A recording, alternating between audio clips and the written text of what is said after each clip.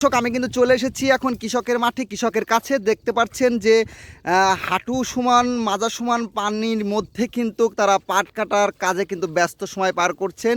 আজকে আমরা জানবো কৃষকের কাছ থেকে যে কত টাকা দরে পাট বাজারে বিক্রি হয়, বাজার মূল্য কেমন এবং কত টাকা হলে কৃষকের লাভবান হয়। তাহলে চলুন যাওয়া যাক, কৃষকের কাছ থেকে আমরা জানবো। পাটটা জল বিনে হইল না, এখন যে অবস্থা আছে পাইতে 2-3 মানুষই হবে না ভাই। কিন্তু সরকার যদি 5-6 হাজার টাকা রেট দিয়ে দেয় কোনো মতো আমাকে চালানটা উঠতে পারে। এখন দাম কিরকম পাটের? এখন বর্তমান 35-40 যাইতেছে। পাটে কেমন ফলন হয়েছে? বর্তমান পাটে ধরো যে আশ কম, এবার বৃষ্টিতেই পাটটা হবে পারে নাই, আশ কম, যাতে পাইতে আরো 3 মন 4 মন 4.5 মন 3.5 মন এইভাবে আছে পাটটা। যদি সরকার যদি 1000-500 টাকা করে দেয় তাতে আমাকে কিছু পিঠতে পারছে পারে।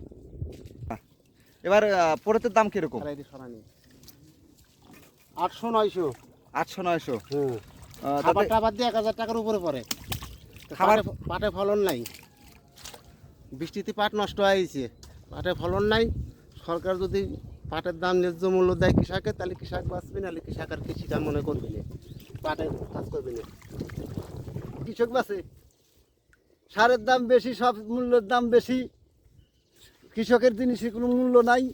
সরকার তো এই তো বাহানা তারা শুরু করে দিয়েছে, আর কি করবো।